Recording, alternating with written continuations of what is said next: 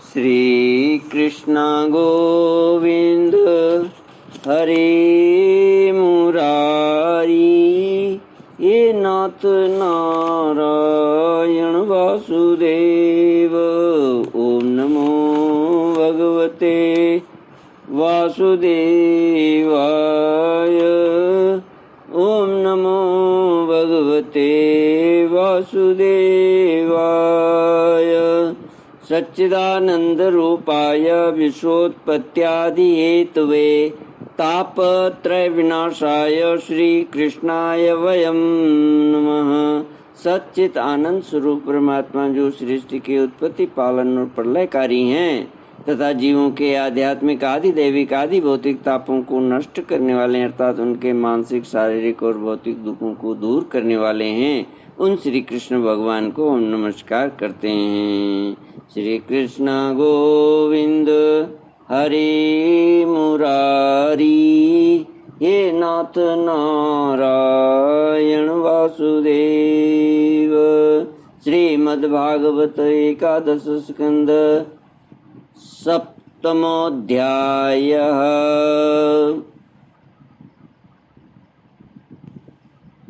अवधूतोपाख्यान, पृथ्वी से लेकर कबूतर तक 8 गुरुओं की कथा।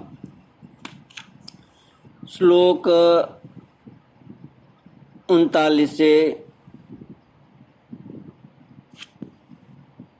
प्राणवृत्त्येव सन्तुष्येन्मुनिर्नैवेन्द्रियप्रियै, ज्ञानं यथा न नश्येत नावकीर्येत वाङ्मनः।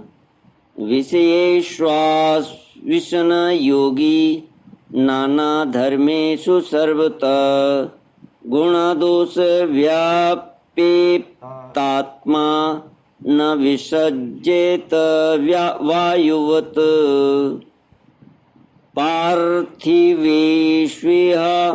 देहेषु प्रविष्टस्तद्गुणाश्रय, गुणैर्न युज्यते योगी गन्धैर्वायुरिवात्मदृक्।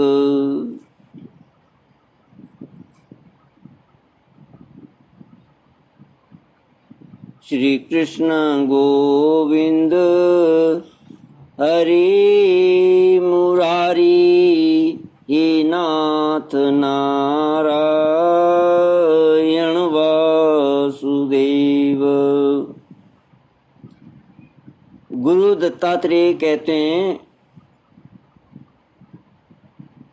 मैंने शरीर के भीतर रहने वाली वायु प्राण वायु से यह शिक्षा ग्रहण की है कि जैसे वह आहार मात्र की इच्छा रखता है और उसकी प्राप्ति से ही संतुष्ट हो जाता है, वैसे ही साधक को भी चाहिए कि जितने से जीवन निर्वाह हो जाए उतना भोजन कर ले। इंद्रियों को तृप्त करने के लिए बहुत से विषय न चाहें, संक्षेप में उतने ही विषयों का उपयोग करना चाहिए जिनसे बुद्धि विकृत न हो, मन चंचल न हो और वाणी व्यर्थ की बातों में न लग जाए। शरीर के बाहर रहने वाले वायु से मैंने यह सीखा कि जैसे वायु को अनेक स्थानों में जाना पड़ता है परंतु वह कहीं भी आसक्त नहीं होता, किसी का भी गुण दोष नहीं अपनाता, वैसे ही साधक पुरुष भी आवश्यकता होने पर विभिन्न प्रकार के धर्म और स्वभाव वाले विषयों में जाए परंतु अपने लक्ष्य पर स्थित रहे, किसी के गुण या दोष की ओर झुक न जाए, किसी से आसक्ति या द्वेष न कर बैठे। गंध वायु का गुण नहीं पृथ्वी का गुण है, परंतु वायु को गंध का वहन करना पड़ता है। ऐसा करने पर भी वायु शुद्ध ही रहता है, गंध से उसका संपर्क नहीं होता। वैसे ही साधक का जब तक इस पार्थिव शरीर से संबंध है तब तक उसे इसकी व्याधि पीड़ा और भूख प्यास आदि का भी वहन करना पड़ता है। परंतु अपने को शरीर नहीं आत्मा के रूप में देखने वाला साधक शरीर और उसके गुणों का आश्रय होने पर भी उनसे सर्वथा निर्लिप्त ही रहता है। राजन, जितने भी घट मठ आदि पदार्थ हैं वे चाहे चल हों या अचल, उनके कारण भिन्न भिन्न प्रतीत होने पर भी वास्तव में आकाश एक और अपरिच्छिन्न अखंड ही है। वैसे ही चर अचर जितने भी सूक्ष्म स्थूल शरीर हैं उनमें आत्मा रूप से सर्वत्र स्थित होने के कारण ब्रह्म सभी में है। साधक को चाहिए कि सूत के मणियों में व्याप्त सूत के समान आत्मा को अखंड और असंग रूप से देखे। वह इतना विस्तृत है कि उसकी तुलना कुछ कुछ आकाश से ही की जा सकती है। इसलिए साधक को आत्मा की आकाश रूपता की भावना करनी चाहिए। आग लगती है, पानी बरसता है, अन्न आदि पैदा होते हैं और नष्ट होते हैं। वायु की प्रेरणा से बादल आदि आते और चले जाते हैं। यह सब होने पर भी आकाश अछूता ही रहता है। आकाश की दृष्टि से यह सब कुछ है ही नहीं। इसी प्रकार भूत वर्तमान और भविष्य के चक्कर में न जाने किन किन नाम रूपों की सृष्टि और प्रलय होते हैं, परंतु आत्मा के साथ उनका कोई संस्पर्श नहीं होता। जिस प्रकार जल स्वभाव से ही स्वच्छ, चिकना, मधुर और पवित्र करने वाला होता है तथा गंगा आदि तीर्थों के दर्शन, स्पर्श और नामोच्चारण से भी लोग पवित्र हो जाते हैं,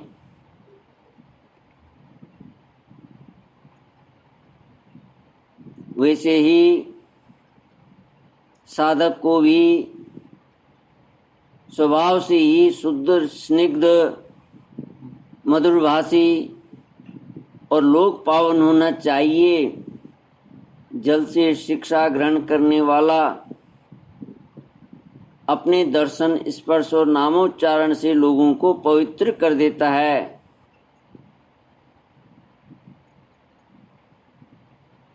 राजन, मैंने अग्नि से यह शिक्षा ली है कि जैसे वह तेजस्वी और ज्योतिर्मय होती है, जैसे उसे कोई अपने तेज से दबा नहीं सकता, वैसे उसके पास संग्रह परिग्रह के लिए कोई पात्र नहीं है। सब कुछ अपने पेट में रख लेती है और जैसे सब कुछ खा पी लेने पर भी विभिन्न वस्तुओं के दोषों से वह लिप्त नहीं होती, वैसे ही साधक भी परम तेजस्वी तपस्या से देदीप्यमान इंद्रियों से अपराभूत भोजन मात्र का संग्रही और यथा योग्य सभी विषयों का भोग करता हुआ भी अपने मन और इंद्रियों को बस में रखे। किसी का दोष अपने में न आने दे। जैसे अग्नि कहीं लकड़ी आदि में अप्रकट रहती है और कहीं प्रकट, वैसे ही साधक भी कहीं गुप्त रहे और कहीं प्रकट हो जाए।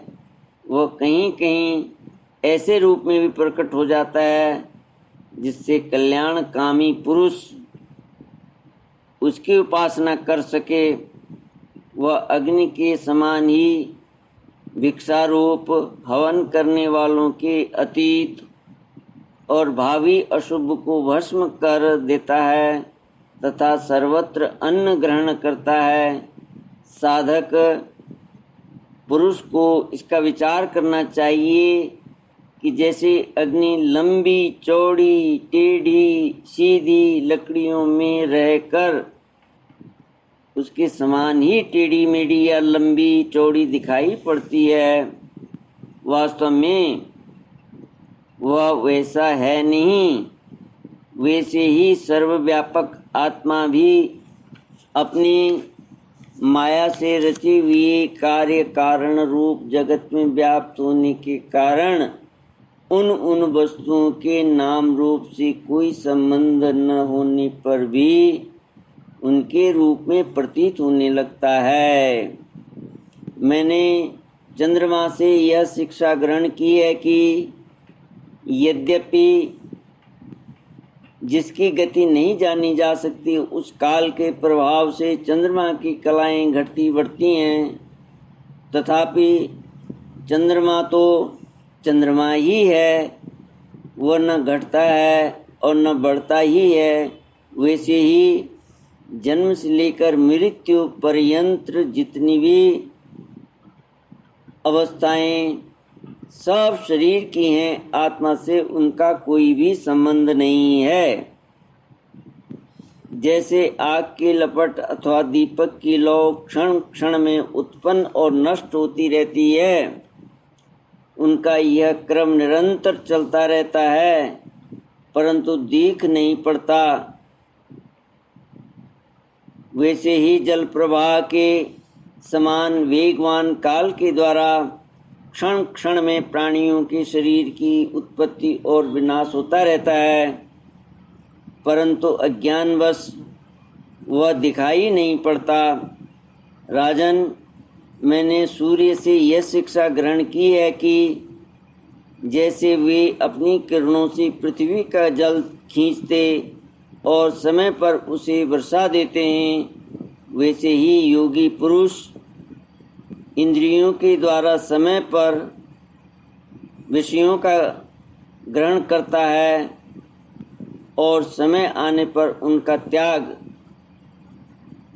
उनका दान भी कर देता है।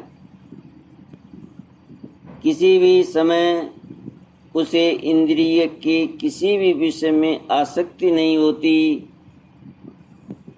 स्थूल बुद्धि पुरुषों को जल के विभिन्न पात्रों में प्रतिबिंबित हुआ सूर्य उसमें उन्हीं में प्रविष्ट सा होकर भिन्न भिन्न दिखाई पड़ता है, परंतु इससे स्वरूपतः सूर्य अनेक नहीं हो जाता। वैसे ही चल अचल उपाधियों के भेद से ऐसा जान पड़ता है कि प्रत्येक व्यक्ति में आत्मा अलग अलग है, परंतु जिनको ऐसा मालूम होता है उसकी बुद्धि मोटी है। असल बात तो यह है कि आत्मा सूर्य के समान एक ही है, स्वरूपतः उसमें कोई भेद नहीं है। राजन, कहीं किसी के साथ अत्यंत स्नेह अथवा आसक्ति न करनी चाहिए, अन्यथा उसकी बुद्धि अपमा स्वातंत्र्य खोकर उसकी बुद्धि अपना स्वातंत्र्य खोकर दीन हो जाएगी और उसे कबूतर की तरह अत्यंत क्लेश उठाना पड़ेगा। राजन, किसी जंगल में एक कबूतर रहता था। उसने एक पेड़ पर अपना घोंसला बना रखा था। अपनी मादा कबूतरी के साथ वह कई वर्षों तक उसी घोंसले में रहा। उस कबूतर के जोड़े के हृदय में निरंतर एक दूसरे के प्रति स्नेह की वृद्धि होती रह जाती थी। वे गृहस्थ धर्म में इतने आसक्त हो गए कि उन्होंने एक दूसरे की दृष्टि से दृष्टि, अंग से अंग और बुद्धि से बुद्धि को बांध रखा था। उनका एक दूसरे पर इतना विश्वास हो गया था कि वे निशंक होकर वहाँ की वृक्षावली में एक साथ सोते, बैठते, घूमते फिरते, ठहरते, बातचीत करते, खेलते और खाते पीते थे। राजन, कबूतरी पर कबूतर का इतना प्रेम था कि वह जो कुछ चाहती कबूतर उसे बड़े से बड़ा कष्ट उठाकर उसकी कामना पूर्ण करता था। वह कबूतरी भी अपने कामुक पति की कामनाएं पूर्ण करती। समय आने पर कबूतरी को पहला गर्व रहा। उसने अपने पति के पास ही घोंसले में अंडे दिए। भगवान की अचिंत्य शक्ति से समय आने पर वे अंडे फूट गए और उनमें से हाथ पैर वाले बच्चे निकल आए। उनका एक एक अंग और रुएं अत्यंत कोमल थे। अब उन कबूतर कबूतरी की आंखें अपने बच्चों पर लग गईं। वे बड़े प्रेम और आनंद से अपने बच्चों का लालन पालन लाड प्यार करते और उनकी मीठी बोली उनके गुटुर गुण सुन सुनकर आनंद मग्न हो जाते। बच्चे तो सदा सर्वदा प्रसन्न रहते ही हैं।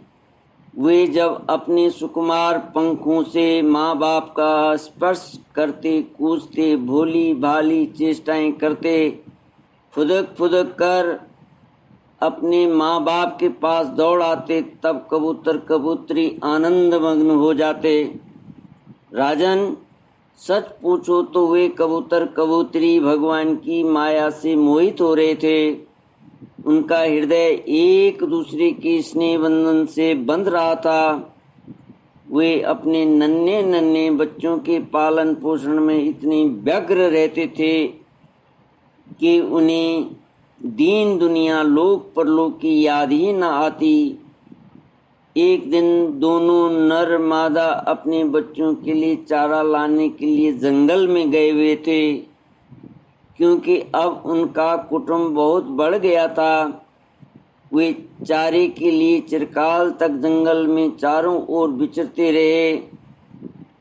इधर एक बहेलिया घूमता घूमता संयोगवश उनके घोंसले की ओर आ निकला।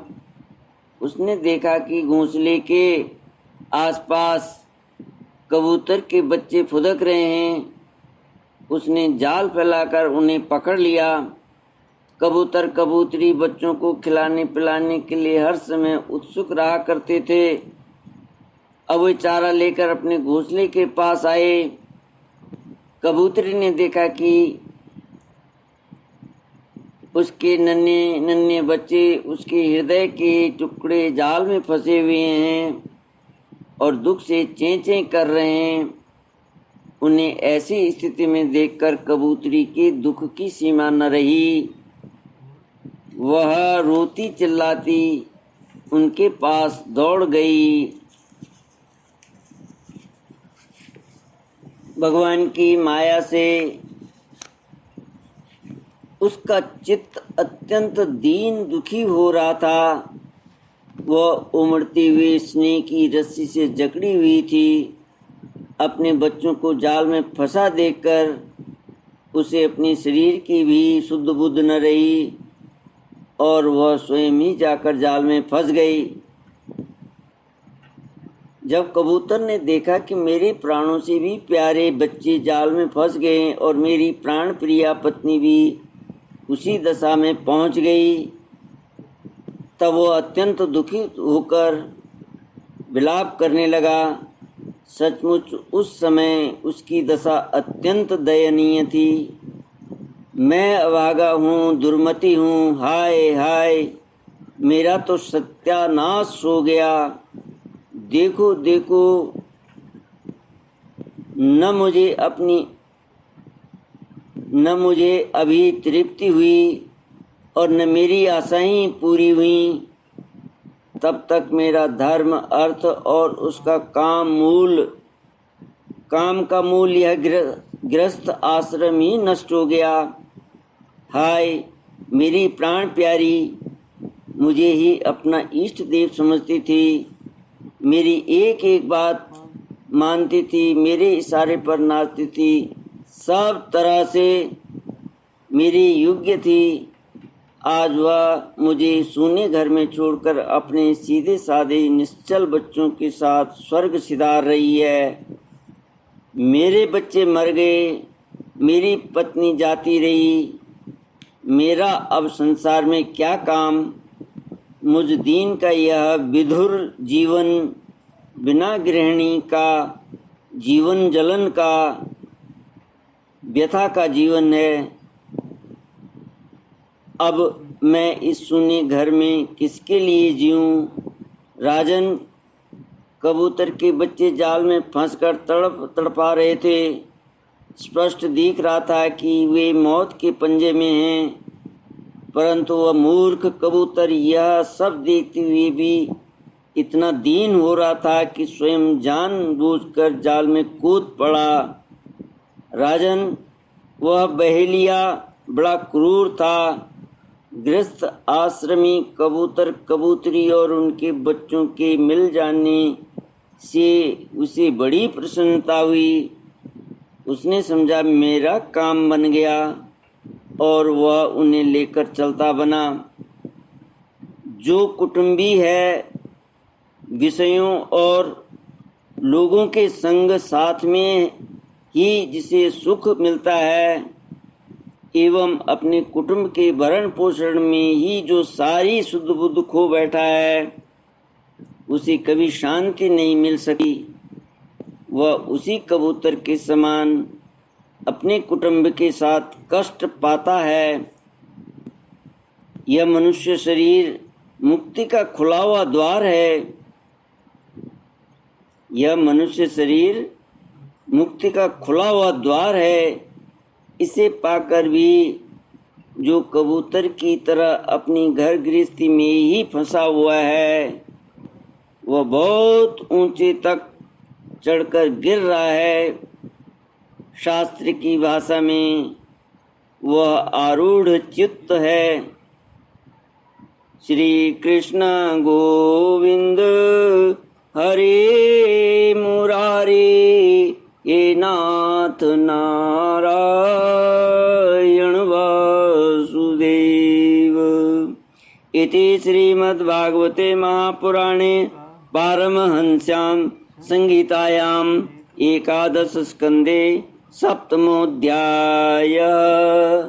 ओम पूर्णमदः पूर्णमिदं पूर्णात् पूर्णमुदच्यते पूर्णस्य पूर्णमादाय पूर्णमेवावशिष्यते। ओम शांति शांति शांति। हरि ओम। श्री गुरुभ्यो